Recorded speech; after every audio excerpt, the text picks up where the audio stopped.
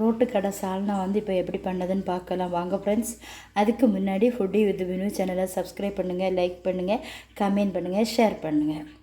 வந்து மெயினாக வந்து பரோட்டா, சப்பாத்தி, ஆப்பம் அதுக்கெல்லாம் சாப்பிட்லாம், ரொம்ப டேஸ்ட்டாக இருக்கும். எப்படி பண்ணதுன்னு பார்க்கலாம் வாங்க ஃப்ரெண்ட்ஸ்.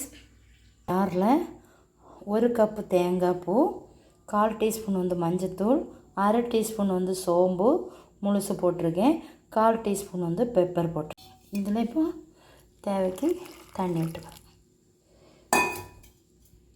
இப்போ நம்ம மூடி போட்டு அரைச்சி எடுத்துக்கலாம். இப்போ ஒரு கடாய் வச்சுட்டு அதில் வந்து 2 டேபிள் ஸ்பூன் வந்து குக்கிங் ஆயில் வந்து விட்டுருக்கேன். இதில் வந்து 1/2 டேபிள் ஸ்பூன் வந்து இஞ்சி பூண்டு பேஸ்ட் வந்து போட்டுக்கிடுங்க.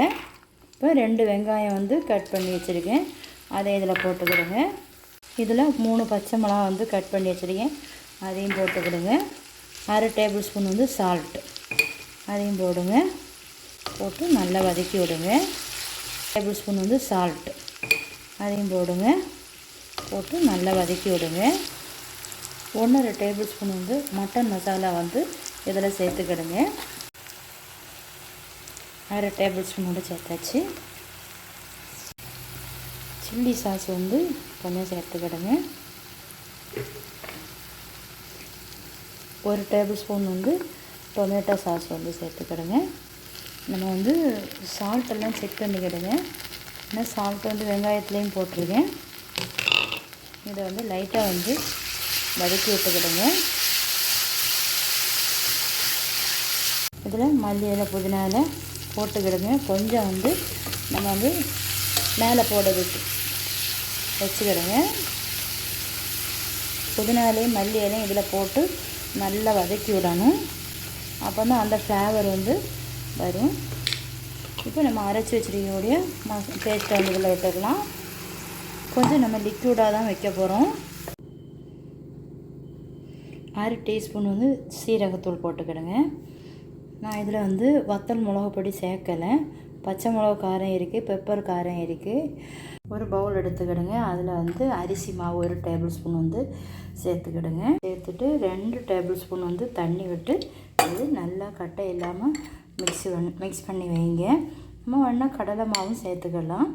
நான் அரிசி மாவு சேர்த்து என்னோடய ஸ்டைலில் பண்ணதுனால நான் இப்படி தான் வந்து பரோட்டா இப்போ வந்து சால்னா வந்து ரெடி பண்ணுவேன். சப்பாத்திக்கு எல்லாம் நல்லா டேஸ்ட்டாக இருக்கும். இந்த அரிசி மாவு வந்து நம்ம வந்து கலக்கி வச்சுருக்கோம், அதை வந்து இதில் விட்டுட்டோன்னு வச்சுக்கிடுங்க. கொஞ்சம் கெட்டியாகும் பாருங்கள். நல்லா மிக்ஸ் பண்ணி கொடுங்க.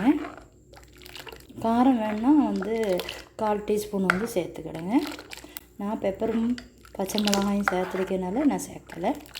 உங்களுக்கு தேவைப்பட்டுன்னா நீங்கள் வந்து 1/4 டீஸ்பூன் சேர்த்துக்கிடுங்க. வந்து இந்த குழம்பு வந்து நல்லா கொதிக்க வைக்கக்கூடாது, மீடியமாக வச்சு நுர கட்டுற மாதிரி எடுத்துக்கிடுங்க. நல்லா கொதிச்சுட்டுன்னு வச்சுடுங்க, ஒரு மாதிரி திருன்னு ஆகிடும், அப்போ டேஸ்ட் இருக்காது. இப்போ வந்து இப்போ இந்த குழம்புல நம்ம இறக்கக்கூடிய டைமில் 1/4 டீஸ்பூன் வந்து கரம் மசாலா அதை சேர்த்துக்கிடுங்க. சேர்த்துட்டு மல்லி இலையும் புதினா இலையும் கண்டிப்பாக வந்து இறக்கக்கூடிய டைமில் சேர்த்துக்கிடுங்க. கரம் மசாலாயும் நீங்கள் இறக்கும்போது தான் ஒரு 5 நிமிஷத்துக்கு முன்னாடி இதை வந்து சேர்த்துக்கிடணும். அப்போ தான் நம்ம கடையில் இருந்து வாங்கின சால்னாக்கு மனம் கிடைக்கும்.